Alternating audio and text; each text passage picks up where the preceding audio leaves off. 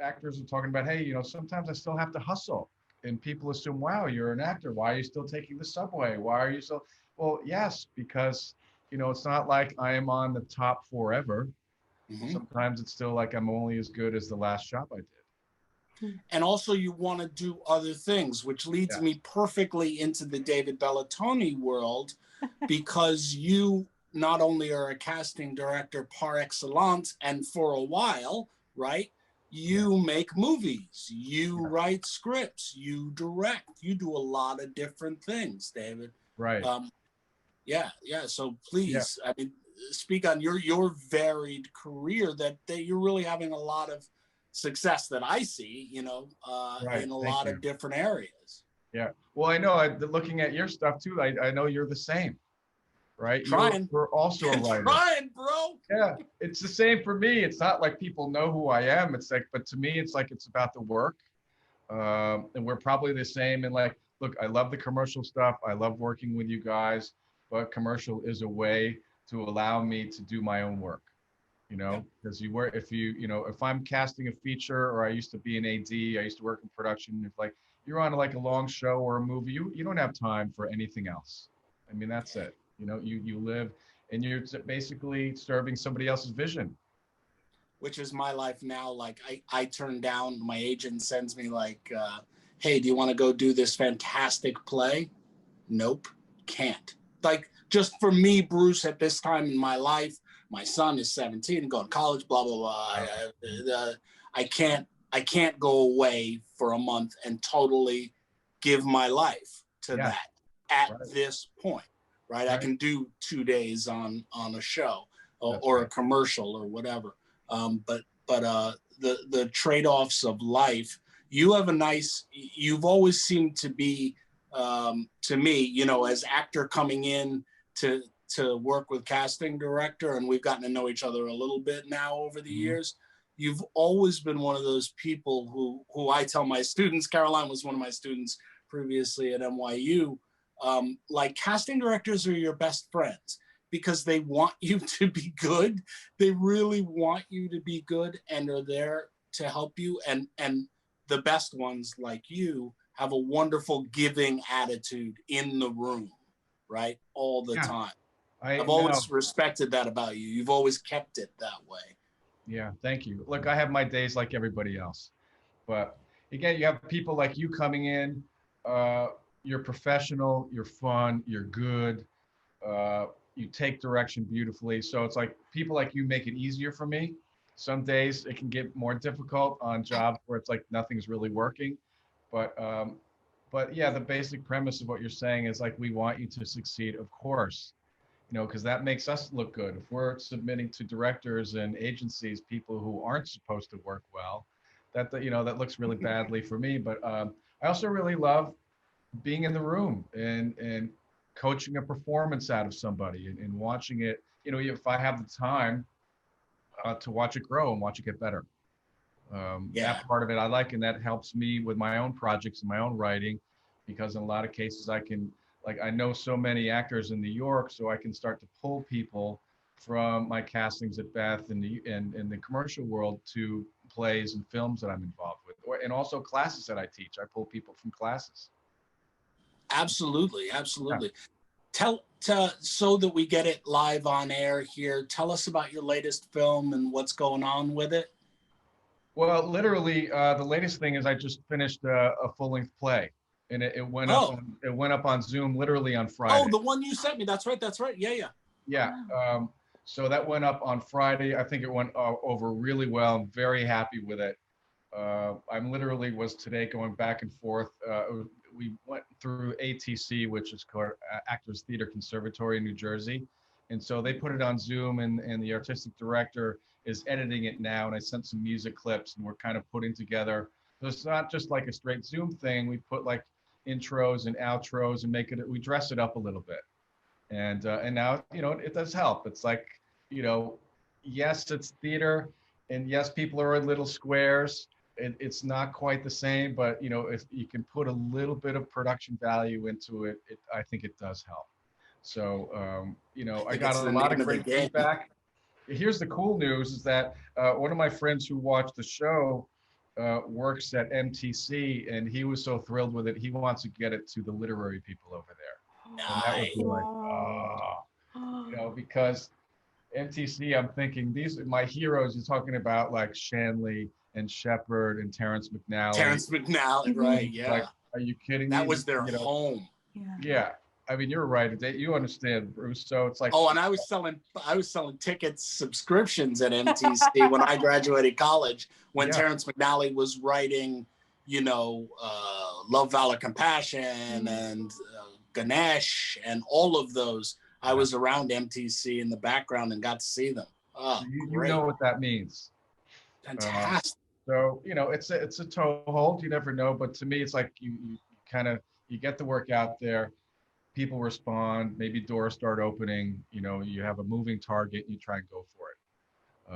And the other, I guess the thing, when you're talking about projects, the one thing the pandemic has done for me at least is that, I'm sure too, Bruce, casting has been so slow commercially, it's just been dead.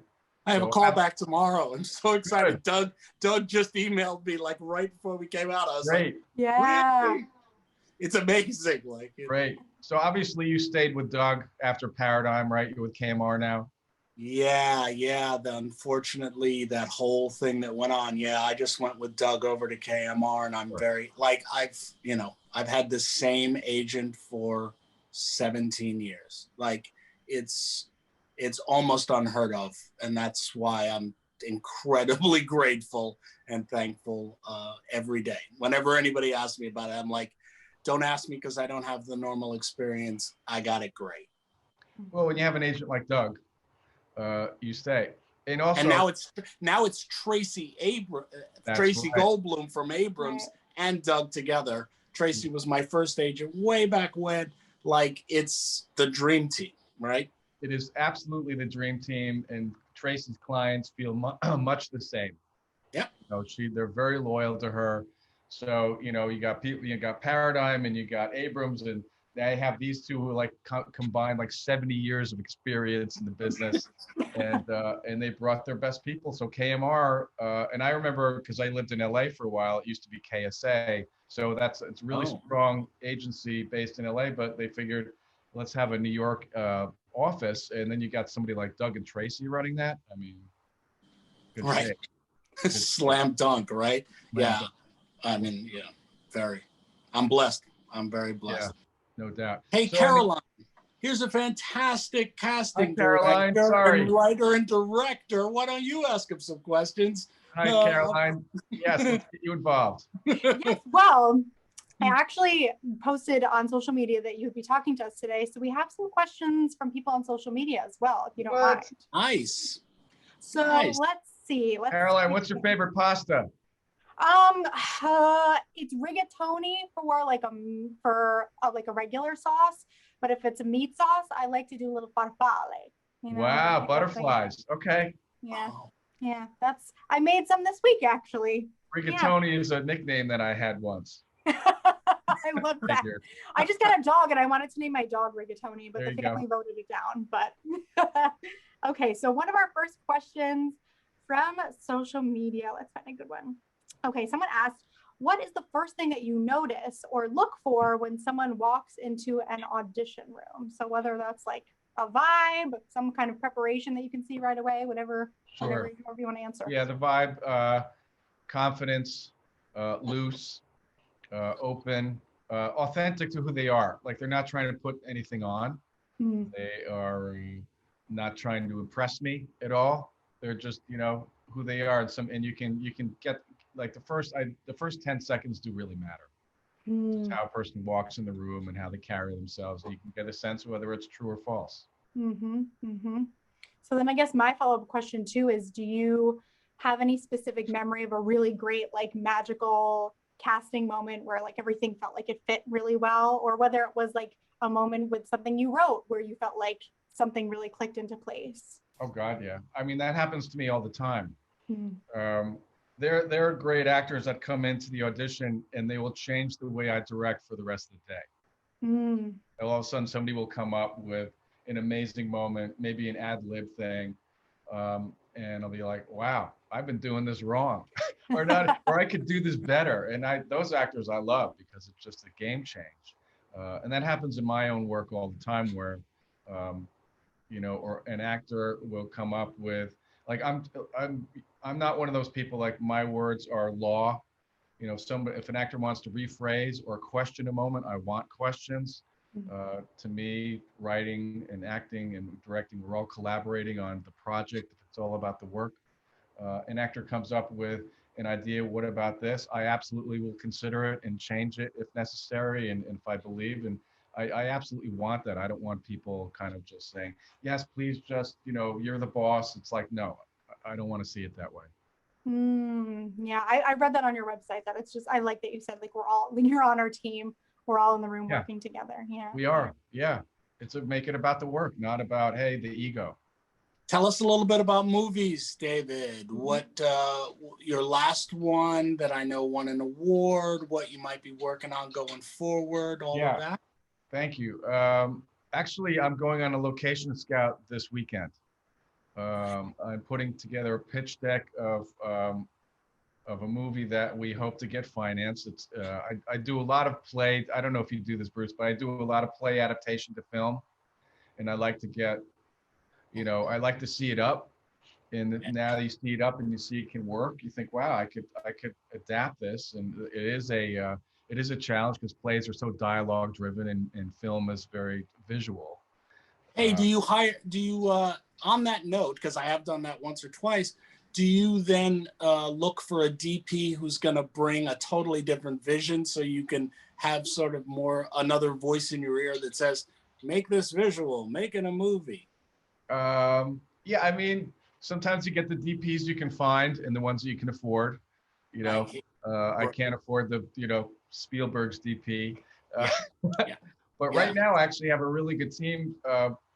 And I'm setting up a film called Frank's Lot, which ran as a play. And I have actually one of the Sopranos guys involved with it, Bobby Finaro, who played Gene Pontecorvo in Joey Pantoliano's crew. Yeah. And so he's been involved in this play forever. And it went up in LA many years ago. And now it's workshopped in New York. And I was thinking during the pandemic, like, what could I shoot that could be relatively, affordable? Yeah, that you can make. It's a contained play. It's got 5 actors. It essentially has one location. So it's very contained. It can be done. We're trying to get it done with the ultra low budget SAGs, which is $300K or less. Mm-hmm. And, we believe we can do that because I have some partners now. One of those partners, interesting you said, is a director of photography, and he has a production company. And so he shoots all kinds of stuff like commercials and things like that.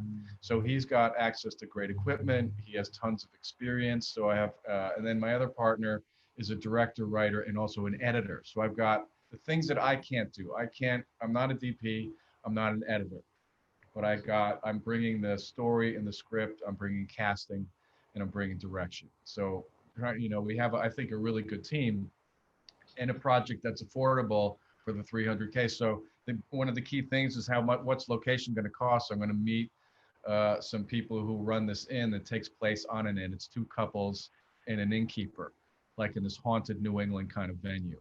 And so I have a venue in mind, which I based the story on this actual place. So I'm approaching them saying, listen, this story actually happened at your place. I would love to shoot a film here.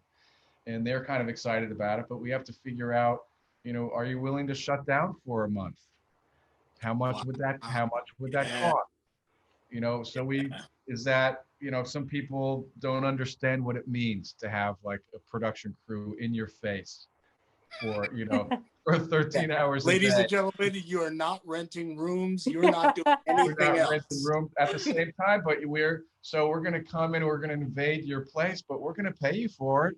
We'll have everybody, stay on the premises. We will buy your meals. So it's not like you're losing out. It's like we're shutting you down, but it's certainly going to, cost you something, because we're shutting down like an inn and a restaurant too, because we need to shoot there. So we got to see like if they're, if they understand what it means and how much it's going to cost. And then we can, so we have a pitch deck that's pretty much done now, but we need a budget. I'm not a numbers guy. So, but we do need to get like, a sense of if this location, which is kind of location is character in this one, and like, is it feasible? So, things are moving forward bit by bit. And then we get the pitch deck together and we approach some potential investors. And then once that happens, then I can start to book people. That's great. Ladies and gentlemen, we have a lot of aspiring actors, obviously, who watch this and who take my online course. Notice that we have an industry professional here, David, who has worked for years and is at the top of his game, who's hustling for what else he wants to do and bringing in partners to do it. There's a lot that I don't do well. I can't run a Zoom very effectively. I can't do marketing very effectively, and I need a partner to bounce ideas off. Hence, you see Caroline here, right? Right? So bring in strong people that you meet, and you never know. Like David, you and I are sitting here talking because I've auditioned for 700 commercials for you, right? You never know who's in the room and what's going to happen going forward. So always be your best self, because you never know what that casting director who's really nice and casting you for the toothpaste commercial might be doing next. Yeah, no, I agree. And the idea of always hustling is like, to me, if you're not willing to do that, you should find another business, because we're always, and hustle is part of it. And a lot of people, because I think a lot of casting directors, that's kind of what they do. But a lot of actors talk to me is like, I love it that you're also hustling like we are. And I'm like, but that's, this is what we do. We're all in this together. And, you're never in totally, always on top of the mountain. That's not reality. But to me, a hustle is about also improving your work and getting better as an artist. We never stop. Do we ever retire? I don't think so. We'll always want to work and find something new to do. And that's, that's how I see it. Just keep working. As long as the brain is working, I'll keep working. How do you shake it off when you feel like you're at that spot where you're kind of in the valley of the mountain and things aren't exactly going the way you wish they were? How do you shake it off? Good question. I probably at the end of 2020, I sent out hundreds of form letters to try and get like a new literary agent manager, and I got nothing. I have an agent for my short film, and I've had literary agents before, but I was sort of like in this thing, and like I got nothing back, and I thought, you got to shake it off.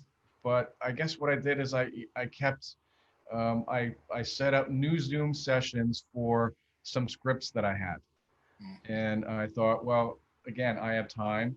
So this project that I'm working on now occurred after that valley, and I thought, well, I'm going to enjoy casting this particular thing, and I'm going to put it up on Zoom. I invited some people to come, and some of those people, as a result of that, said, holy shit, we should do a film. Let's do this. And and that's, so to me, it's like, you just keep showing up. And you're going to take some shots, and hit the mat. We all have low moments. There's no question about it. And you guys, it's way worse than me, because yes, I'm getting rejections from writing stuff, but you guys have to go out there constantly and hit it and keep believing and it takes a lot of resilience, and I have tons of respect for that.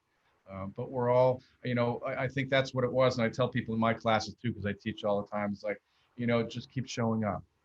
Somebody who knows somebody might be in this last play, for example, I just mentioned, somebody saw this Zoom performance and they're like, I'm going to bring this to MTC.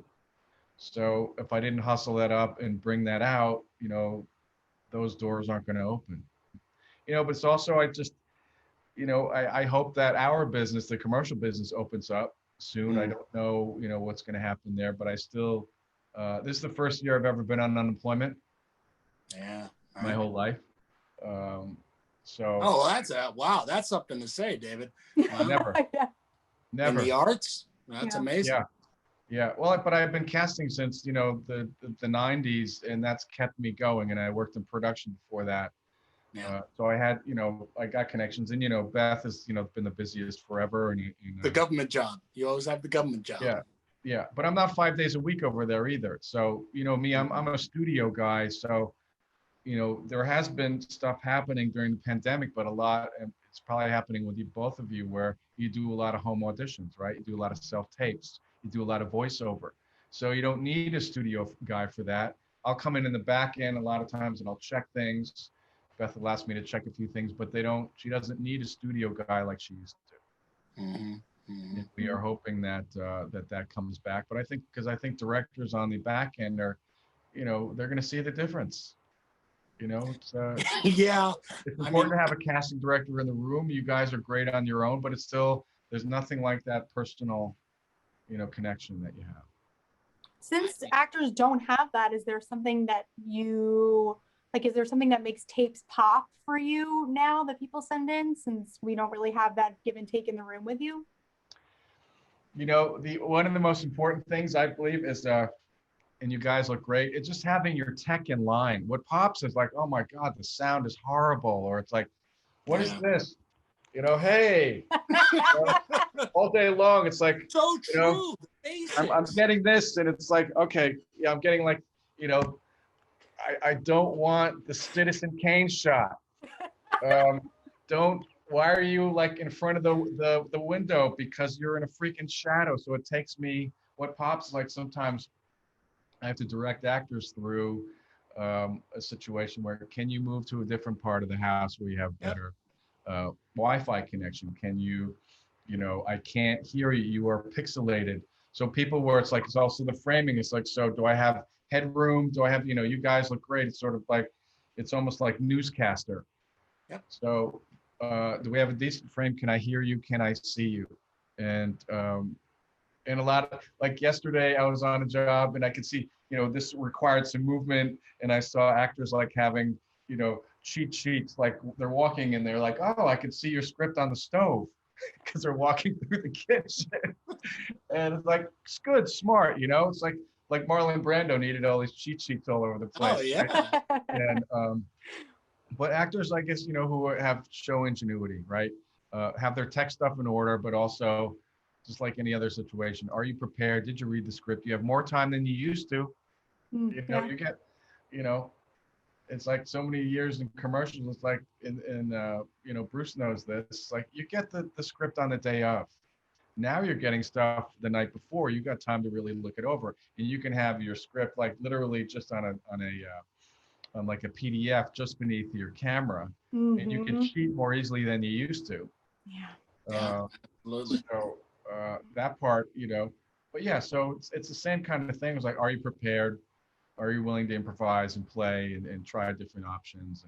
And are you also set up to, like, if I need to ask you to shift your camera around, are you willing to do that? A lot of times, like, you're seated here, but if I need you to get up, okay, well, do you have different platforms? Do you have like 5 encyclopedias you could put up, and I raise your camera so again, I'm not looking up your nostrils. I think that is a perfect note to end on, David. Really appreciate you taking the time and coming to talk to us. I hope maybe you'll come back and talk to us again when the next stage of your project kicks off. Yeah. Well, before you go, tell me, Bruce, what you're up to. Like what, either of you, what projects do you have going? What are you working on? I giggled when you said,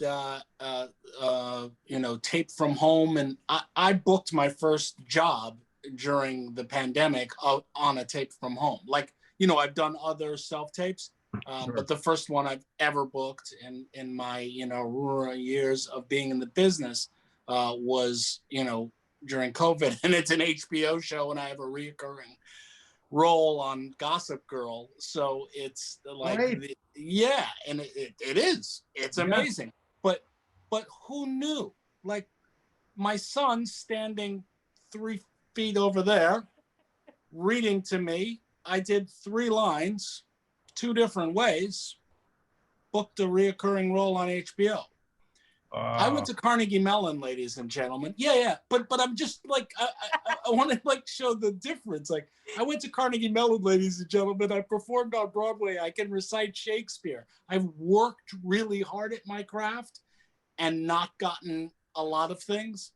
Other things, this one, poof, 3 lines with a green screen, good lighting, good sound, and my son reading off camera, poof. All to say, staying in the game has its own rewards. Like, yep. You know what I mean? Exactly right. You never know. It's staying in the game. Keep showing up, right? Keep grabbing the bat and standing at the plate. Yeah. Wow. So Gossip Girl, so you have a recurring now. Yeah. What is your role? What's happening? So I am Jimmy, the doorman. If you saw the original series, there's a doorman who's becomes part of them and had a 6-season arc, and they go to his wedding and blah. Yeah, they did. Wow. Okay. Yeah. So I'm hoping that continues.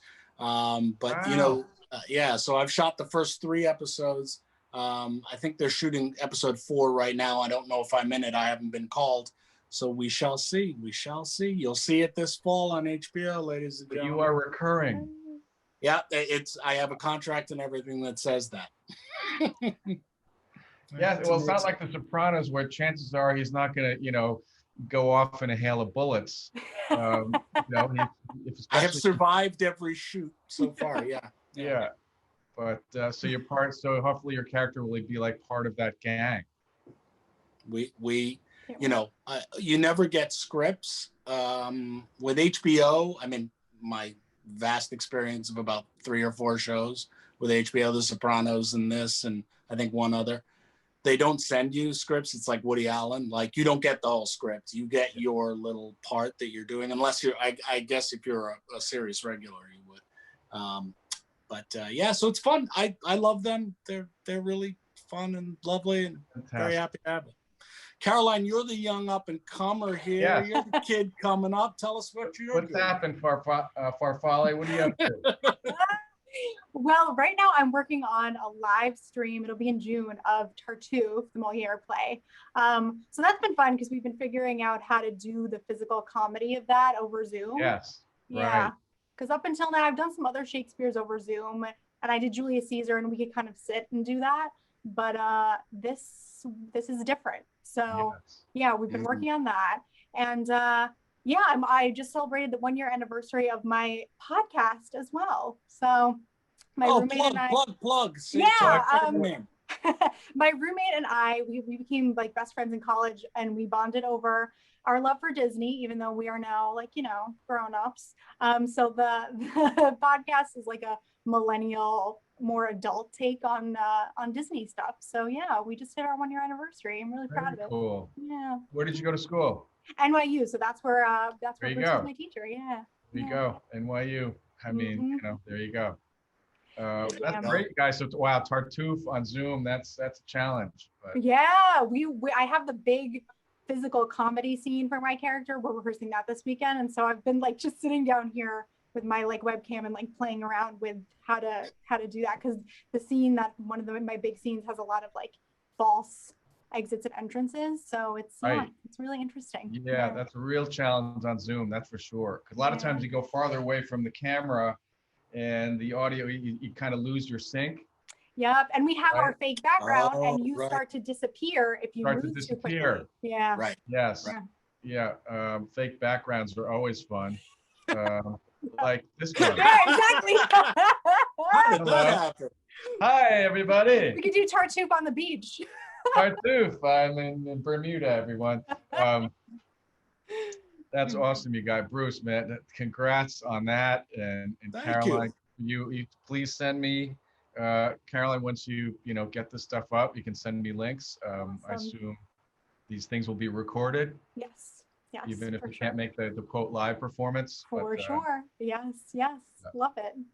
Yeah, I would say that's the good thing about this, is that once the play is over, and if it's equity rules, you can't really shoot it. It's kind of over. Yeah. With this, it can kind of live on a little bit. So true. Yeah. I felt like I lost a play that I worked on right before the pandemic because it was the same thing. Because of equity rules, we couldn't record it. And I felt like, yeah, if people couldn't make it, it was like Gone with the Wind, which is the great thing about theater sometimes. But Yes. yeah. Love the immediacy, but then it's like you can't like film it. You could, catch up with it anytime. Yeah. Yeah. So true. Wow. Guys, thank you so much for this. Thank you. Thank you, David. It's a pleasure. And Check in with you again soon. Thank you very much. Thank you both.